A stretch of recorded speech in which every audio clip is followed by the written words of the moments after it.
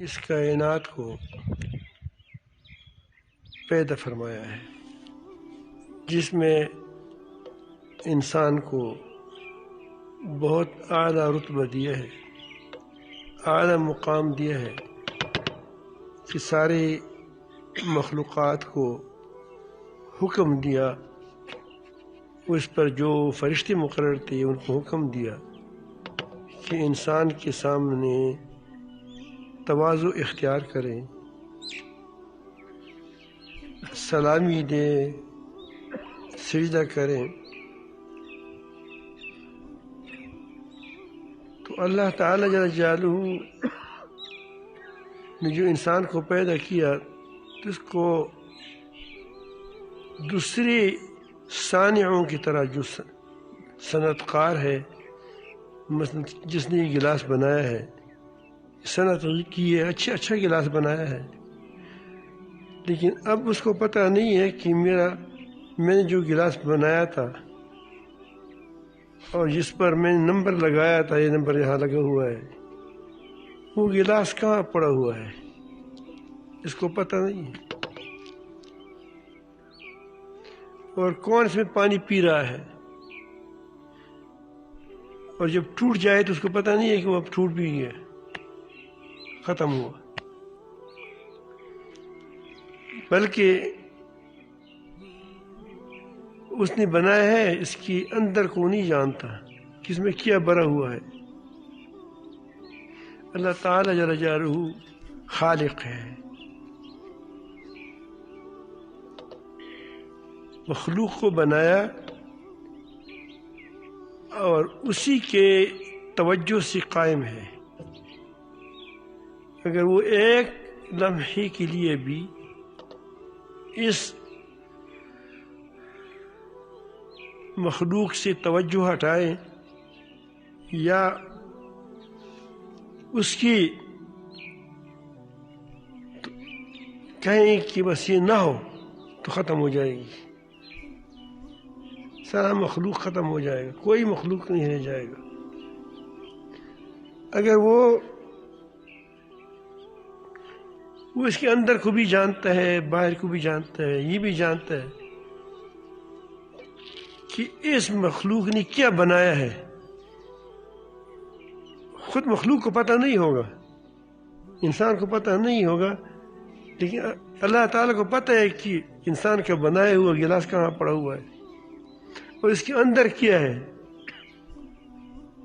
ہر چیز سے واقف ہے۔ تو خالق بہت بڑا فرق ہے، اللہ تعالیٰ خالق ہے۔ تو اسی لیے جب فرمایا، اللہ تعالیٰ نے فرمایا کہ میں نے انسان کو بنایا ہے، یہ میری گرفت سے باہر نہیں ہے، میری توجہ سے باہر نہیں ہے، میرے علم سے باہر نہیں ہے، یہ جو کچھ سوچتا ہے میں اس کو بھی جانتا ہوں،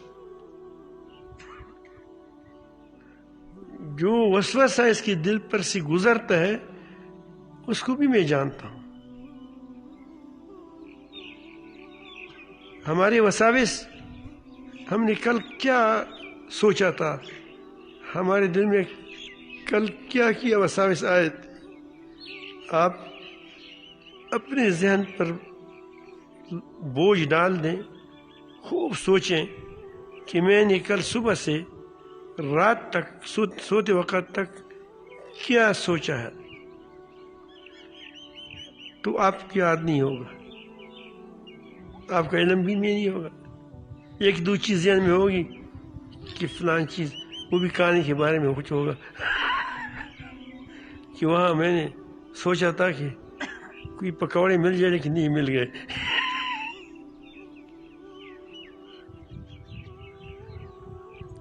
اللہ تعالیٰ بیک وقت، ایک لمحہ، ایک لمحے کے اندر تمام کائنات کی اندر جتنے چیزیں ہیں ان کے اندر کو بھی جانتا ہے، باہر کو بھی جانتا ہے کہ اب ان کی کس حال میں ہے، یہ درخت کس حال میں ہے، اس چڑیا کس حال میں، اس جتنے انسان ہیں اب جو سوچتے ہیں، کوئی اسکوٹر پر سوار ہے، کوئی گاڑی پر سوار ہے، کوئی جھنڈا لے کر جا رہا ہے، کوئی ووٹ کیا کے لیے کھڑا ہے، کوئی ووٹ مانگ رہا ہے، یہ سب کے سب جو خیالات وہ کر رہے ہیں، وہ خیالات اللہ تعالیٰ اس کو دیکھ رہا ہے۔ وَنَعْلَمُ، ہم جانتے ہیں، مَا تُوَسْوِسُ بِنَفْسُهُ، جو اس وسوسہ اس کی دل پر گزرتا ہے میں اس کو جانتا ہوں۔ ہم بھول گئے، اللہ تعالیٰ کو یاد ہے، آج بھی یاد ہے، کل بھی یاد ہے۔ قیامت کے دن ہمیں یاد نہیں ہوگا، اللہ تعالیٰ کو سامنے رکھ دے گا کہ یہی آپ نے تم نے سوچا تھا، یہی خیال کیا تھا، یہ تمہارے خیالات تھے۔ وَحُصِّلَ مَا فِي الصُّدُورِ،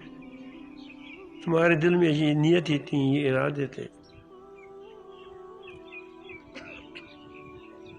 تو تصوف میں کیا سکھایا جاتا ہے؟ وہ یہی اللہ کی کتاب اللہ پر عمل کرنا سکھاتا ہے کہ اس پر عمل کیسے کرو گے۔ اب یہ اللہ پاک جل جلالہ نے فرمایا ہے کہ میں جانتا ہوں، اس کا مطلب کیا ہے کہ خیال رکھو اپنے وساوس کو، اپنے ارادوں کو، اپنے خیالات کو ٹھیک رکھو۔ اب آپ کو مراقبہ بتایا جاتا ہے کہ آپ حفاظت خیال کا مراقبہ کریں۔ اس کا مطلب کیا ہوتا ہے کہ تمہارا خیال جو ہے یہ محفوظ رہے، اور اس میں آپ سوچیں کہ میرے خیال کو میرا رب دیکھ رہا ہے۔ اسی لیے جس طرح آپ کسی کے سامنے غلط کام نہیں کرتے، تو جب آپ سوچیں گے کہ میرے خیال کو اللہ تعالیٰ دیکھ رہا ہے تو غلط خیال بھی نہیں کریں گے، خیالات پر قابو آ جائے گا۔ اب کتنی بڑی عام پر ڈال دیا، وہ تصوف میں اور کچھ نہیں ہوتا، کوئی اس میں نرالی چیزیں ہوتی ہیں، یہی چیزیں ہیں کہ اسی پر آدمی آ جائے۔ اللہ تعالیٰ جل جلالہ ہم سب کو قرآن مجید پر چلنے کی توفیق عطا فرمائے۔ تو آج سے آپ لے کر کل تک یہ کوشش کریں، کم از کم کہ جو وسوسہ آپ پہ آتے ہیں دل میں، تصور کریں کہ میرے رب نے دیکھ اس کو جانتا ہے۔ تو میں نے ایک دن سے کیوں کہا؟ اس لیے کہا کہ نفس زیادہ پابندی نہیں چاہتا، یہ بڑا شرارتی ہے، اس کو کہے کہ ہمیشہ یہاں آپ ہمیشہ یہاں رہیں گے، اس کو کوئی آپ کو تکلیف نہیں ہوگی، لیکن کہے کہ تم نے یہاں 10 دن اسی یہاں رہنا ہے، تو یہی کہتا ہے کہ 10 دن کیسے رہوں گا میں؟ یہ انسان کی طبیعت ہے، پابندی برداشت نہیں کرتا۔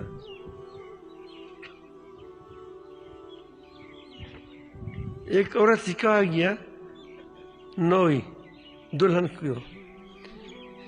کہ ہم گھر میں 4 بندے ہیں، ایک ساس ہے، ایک سسر ہے، ایک تم ہے، ایک تیرے شوہر ہے، بس روزانہ یہ 2 پلیٹ صبح شام دھویا کریں، اور یہ 4 پیالیاں یہ صبح شاید دھویا کریں، اور یہ چینک ہے وہ نہیں، وہ چائے والا، یہ دھویا کریں، اور یہ کیجری چائے کریں۔ اب وہ حساب ہمیشہ رکھ کے لفظ سے نہ لگائیں ان ساتھ، ہمیشہ کے لفظ سے بہت وہ کہتے ہیں پابندی ہو گئی، یعنی یہی چیز وہ ہمیشہ کرتی ہے، کوئی تکلیف اس کو نہیں ہوتی۔ تو اس نے عصر کے وقت کہا کہ میں جا رہی ہوں۔ بھائی کیوں جا رہی ہو؟ وہ کہتے ہیں کہ میں نے حساب لگایا 60 سال میں اگر مجھے رہنا ہوا اس گھر کے اندر تو روزانہ کے حساب سے 8 پیالیاں دھونا ہے، 4 پلیٹ دھونے ہیں، 2 کھچڑیاں دھونی، وہ 4 یہ 4 صبح اور شام اس کو جمع کریں تو اس میں اتنی بن جاتی ہیں، اور پھر اس کو 1 ماہ میں ضرب دے دیں تو اس میں اتنے بن جاتے ہیں، پھر اس کو سال میں ضرب دے دیں تو اتنی بن جاتی ہیں۔ جب 60 سال میں ضرب دیں گے تو میں اتنا کام نہیں کر سکتا۔